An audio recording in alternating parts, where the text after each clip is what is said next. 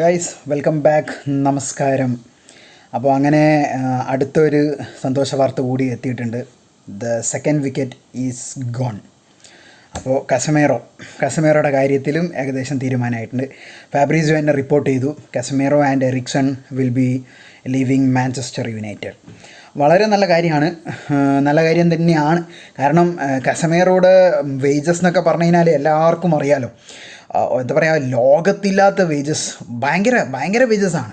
നല്ല പ്ലെയർ ആയിരുന്നു, റിയൽ മാഡ്രിഡിലെ കളി, കസമേറോയുടെ കളി നമുക്കറിയാം. അതായത് ആ ഒരു ശരിയായ സെൻട്രൽ ഡിഫെൻസീവ് മിഡ്ഫീൽഡറാണ് കസമേറോ. നമ്മളെടുത്ത് വന്നിട്ടും യുണൈറ്റഡിന് വേണ്ടിയിട്ടും നല്ലപോലെ കുറേ 2-3 സീസൺ കളിച്ചിട്ടുണ്ട്. നല്ല ഓർമ്മകളിൽ വെക്കാൻ വേണ്ടിയിട്ടുള്ള നല്ല ഗോൾസും സമ്മാനിച്ചിട്ടുണ്ട്.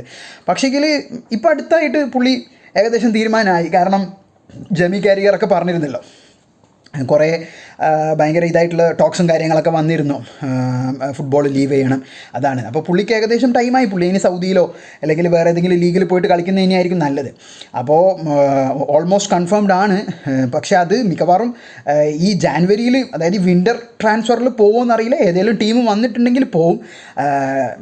നമുക്ക് ശരിക്കും, യുണൈറ്റഡിന് ശരിക്കും അതാണ് നല്ലത്. കസമേറോയുടെ ആയിക്കോട്ടെ, എറിക്സൻ്റെ കാര്യത്തിലായാലും, രണ്ടുപേരുടെ കാര്യത്തിലും ഏറ്റവും നല്ലത് the good decision will be on winter transfer. കാരണം സമ്മർ വരെ വെയിറ്റ് ചെയ്യുന്നത് നമുക്ക് നഷ്ടം തന്നെയാണ്. കാരണം ഈ FFP റൂൾസും കാര്യങ്ങളൊക്കെ കൊണ്ട് നമുക്ക് ഒരു പ്ലെയറിനെ സൈൻ ചെയ്യണമെങ്കിൽ നമ്മൾ ആരെങ്കിലും ഒഴിവാക്കിയാൽ മതിയാവുള്ളൂ. അപ്പോൾ ഇപ്പോൾ ഒരു ഗുഡ് ന്യൂസാണ്. അപ്പോൾ ആരെങ്കിലും കസമേറോക്ക് വേണ്ടിയിട്ട്, ഈ സൗദി ആണെങ്കിലും ഇല്ലെങ്കിൽ വേറെ ഏതെങ്കിലും ക്ലബ്ബ്, ഇറ്റലിയിലെയോ വേറെ ഏതെങ്കിലും ഫ്രഞ്ച് ലീഗിലെ ഏതെങ്കിലും ഒരു ടീം വരികയാണെങ്കിൽ നല്ലതായിരുന്നു. പക്ഷേ പുള്ളിയുടെ സാലറി വേജസ് ഒക്കെ വെച്ചിട്ട് കുറച്ച് പണിയാണ്.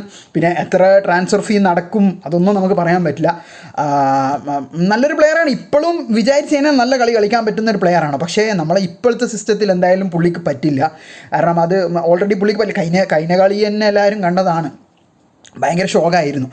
നല്ലൊരു ചാൻസ്, എനിക്കത് ഇപ്പോഴും മനസ്സിൽ നിന്ന് പോകുന്നില്ല.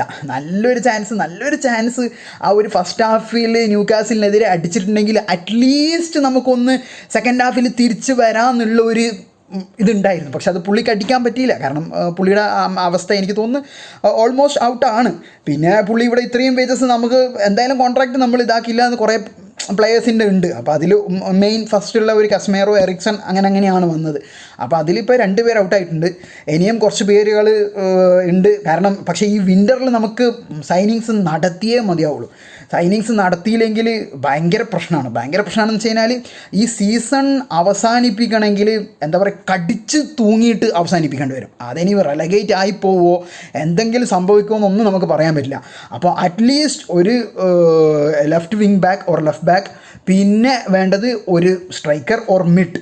2 സ്ട്രൈക്കറാണ് എൻ്റെ ഒരു പേഴ്സണൽ ഒപ്പീനിയനിൽ, സ്ട്രൈക്കറാണ് കിട്ടേണ്ടത്. കാരണം ബ്രൂണോ ഒന്നും എന്തായാലും ഈ വിൻ്ററിൽ പോകുന്ന എനിക്ക് ഒരു പ്രതീക്ഷയില്ല. ബ്രൂണോക്ക് അവിടെ തന്നെ ഉണ്ടാവും, അവിടെ തന്നെ കാണും.